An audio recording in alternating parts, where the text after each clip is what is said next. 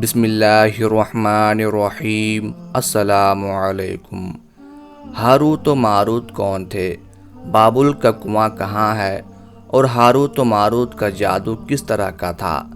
یہ وہ پراسرار سوالات ہیں جن کے جواب تو بہت ہیں اور لکھنے والوں نے بھی بہت کچھ لکھا ہے، لیکن ان قصے کہانیوں میں حقیقت کو تلاش کرنا گہرے سمندر سے موتیاں نکالنے کے برابر ہے۔ ہاروت و ماروت کے متعلق بنیادی طور پر دو طرح کی روایتیں ملتی ہیں، ایک وہ جو قرآن و حدیث اور تابعین کے اقوال میں موجود ہے، اور دوسری وہ جو توریت و انجیل اور اسرائیلی روایتوں میں آتی ہے، جبکہ ان اسرائیلی روایتوں کو بیشتر علماء اور مورخین نے تائید کی ہے۔ اس ویڈیو میں ہم ان دونوں طرح کی روایتوں اور واقعات کو مکمل پیش کریں گے۔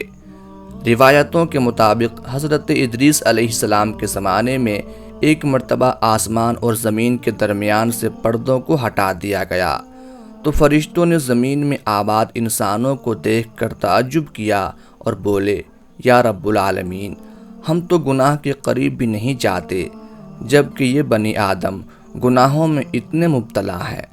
اگر ہم ان کی جگہ ہوتے تو کبھی تیری نافرمانی نہ کرتے۔ اللہ تعالیٰ نے ارشاد فرمایا، انسانوں کو غصہ اور شہوت دی گئی ہے، اگر یہ چیزیں تمہیں دی جائے تو تم بھی اسی طرح گناہ میں ملوث ہو جاؤ گے، لیکن فرشتوں نے کہا ہم ایسا ہرگز نہ کریں گے۔ لہٰذا اللہ کے حکم سے فرشتوں نے اپنی جماعت میں سے دو بہترین اور اطاعت گزار فرشتوں کو چن لیا جن کا نام ہاروت اور ماروت تھا۔ اللہ نے ان دو فرشتوں میں انسانی فطرت اور شہوت ڈال کر دنیا میں بھیجا۔ وہ شہر بابل میں دو خوبصورت انسان بن کر آئے اور قاضی کے کام پر مقرر ہو گئے، جہاں وہ لوگوں کے درمیان فیصلے کیا کرتے تھے۔ ایک دن ان کے پاس ایک عورت اپنا مقدمہ لے کر آئی اور کہا کہ اس کا شوہر اسے بہت پریشان کرتا ہے۔ ہاروت و ماروت نے جب اس عورت کو دیکھا تو وہ اس کی خوبصورتی اور حسن سے مرعوب ہو گئے اور اس پر عاشق ہو گئے۔ انہوں نے اس عورت سے زنا کی خواہش کی تو عورت نے ان سے کہا، تمہاری یہ خواہش میں تبھی پوری کروں گی جب تم بت کی پوجا کرو، شراب پیو یا میرے خاوند کو قتل کر دو۔ ہاروت و ماروت نے شراب نوشی کو چھوٹا گناہ سمجھ کر پی لیا اور نشے کی مستی میں دو اور کبیرہ گناہ کر بیٹھے۔ اس عورت نے ان سے آسمان پر چڑھنے کا عمل بھی سیکھ لیا جس کے ذریعہ وہ آسمان پر جاتے تھے۔ جب عورت اس عمل کے ذریعہ آسمان پر گئی تو اللہ کے حکم سے اسے ستارے کی شکل میں مسخ کر دیا گیا۔ چونکہ اس عورت کا نام زہرہ تھا اس لیے وہ سیارہ زہرہ کہلایا۔ اس گناہ کی وجہ سے ہاروت و ماروت خود وہ اسم اعظم بھول گئے جسے پڑھ کر وہ آسمان پر جاتے تھے۔ پھر انہیں ان گناہوں کے بدلے دنیا کی سزا اور آخرت کے عذاب میں اختیار دیا گیا تو انہوں نے دنیا کی سزا کو اختیار کر لیا۔ تفسیر نعیمی میں لکھا ہے کہ ہاروت و ماروت کو بطور سزا زنجیروں سے جکڑ کر بابل کے ایک کنویں میں الٹا لٹکا دیا گیا۔ اس کنویں میں آگ بھڑک رہی ہے اور فرشتے ہر وقت ان کو کوڑے مارتے ہیں اور پیاس سے ان کی زبانیں باہر نکلی ہوئی ہیں۔ ہاروت و ماروت کے حشر سے عبرت پکڑ کر باقی فرشتوں نے اپنی خطا کا اقرار کیا اور زمین والے خطاکار انسانوں پر بجائے لعن طعن کرنے کے ان کے لیے دعائے مغفرت کرنے لگے۔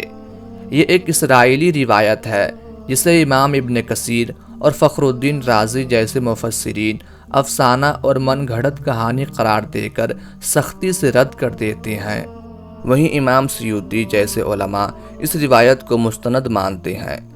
ہاروت و ماروت اور چاہے بابل کے سلسلے میں ایک اور روایت کثرت سے بیان کی جاتی ہے، جس کے مطابق ایک زمانہ ایسا تھا جب شہر بابل روئے زمین پر تہذیب و تمدن کا مرکز تھا۔ یہاں کے لوگ باطل خدا کی پرستش کیا کرتے تھے۔ یہ لوگ اپنی قسمت ان سے وابستہ سمجھتے تھے، اس لیے علم نجوم اور علم فلکیات میں بڑے ماہر تھے۔ ان کے بت قدوں میں ستاروں کی پوجا کی جاتی تھی۔ یہ لوگ جادو، تنتر منتر، سفلی کو بہت اہمیت دیتے اور اس علم کے ذریعہ معاشرے میں خوب فساد پھیلاتے تھے۔ یہ لوگ طلسم، جادو، تنتر منتر میں بہت آگے بڑھ گئے۔ ان میں بڑے بڑے جادوگر موجود تھے۔ ان کی تاریخی کتابوں میں جگہ جگہ جادو اور تنتر منتر ہی نظر آتا ہے۔ ان کا جادو دور دور تک مشہور تھا۔ مختصر یہ کہ اس شہر کا باشندہ ہونا ہی جادوگر ہونے کی علامت تھی۔ جب حضرت سلیمان علیہ السلام کی حکومت آئی تو آپ نے ان لوگوں کو اس شرکی عمل سے روکا اور ان کی سحر اور جادو کی کتابوں کو ایک جگہ جمع کر کے اپنی عظیم کرسی کے نیچے دفن کر دیا تاکہ اس فتنہ انگیز علم کا جڑ سے خاتمہ ہو جائے۔ جب سلیمان علیہ السلام کی وفات ہوئی تو شیطان نے ان کتابوں کو دوبارہ کھود کر نکالا اور لوگوں سے کہا کہ سلیمان پیغمبر نہیں تھا بلکہ ان کتابوں کے ذریعے حکومت کیا کرتا تھا، لہٰذا ہوا میں اڑنا، جنات پر قابو اور سلیمان علیہ السلام کے غیر معمولی معجزات دراصل جادو اور سفلی کا عمل تھا۔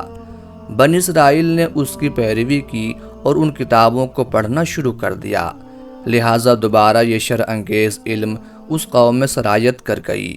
اللہ نے سلیمان علیہ السلام پر لگائے گئے الزام اور تہمت کی نفی کرتے ہوئے سورہ بقرہ میں فرمایا ہے، اور انہوں نے اس چیز کی پیروی کی جو شیطان سلیمان کی بادشاہت کے وقت پڑھتے تھے، اور سلیمان نے کفر نہیں کیا تھا لیکن شیطانوں نے ہی کفر کیا۔ لوگوں کو جادو سکھاتے تھے اور اس چیز کی بھی جو شہر بابل میں ہاروت و ماروت دو فرشتوں پر اتارا گیا تھا، اور وہ کسی کو نہ سکھاتے تھے جب تک یہ نہ کہہ دیتے کہ ہم تو صرف آزمائش کے لیے ہیں، تو کافر نہ بن۔ لہٰذا جب یہ سحر کا علم بابل میں عام ہو گیا اور لوگوں کی تکلیف اور پریشانی کا باعث بن گیا تو اللہ نے دو فرشتوں کو انسانی صورت میں مامور کیا کہ وہ جادو کے عوامل اور اسے باطل کرنے کا طریقہ لوگوں کو سکھائیں تاکہ وہ جادوگروں کے فساد اور شر سے محفوظ رہ سکے۔ لیکن یہ تعلیمات غلط مقصد کے لیے بھی استعمال ہو سکتی تھی، حالانکہ وہ فرشتے لوگوں کو تنبیہ کرتے تھے اور ان کے لیے صراحتاً کہتے تھے کہ یہ تمہارے لیے ایک طرح کی آزمائش ہے، لیکن پھر بھی وہ لوگ ایسے کاموں میں پڑ گئے جو انسانوں کے لیے ضرر اور نقصان کا باعث تھا۔ بعض عربی داستانوں میں اس کنویں کا ذکر بھی ملتا ہے جہاں کئی لوگ پہنچے اور ہاروت و ماروت سے ملاقات کر کے جادو کا علم بھی سیکھا، جبکہ بعض مورخین کا کہنا ہے کہ عراق کے شہر حلہ کے قریب ایک کھنڈر میں موجود قدیم کنواں ہے جہاں سے بابل کی سرحد شروع ہوتی تھی۔ یہ اس کنویں کو ہی چاہے بابل قرار دیتے ہیں۔ بہرحال اس واقعہ سے یہ سبق ملتا ہے کہ سفلی اور جادو ایک شرکیہ عمل ہے، مگر یہ کہ اس کا استعمال فساد اور شرپسندی کے خاتمے کے لیے کیا جائے۔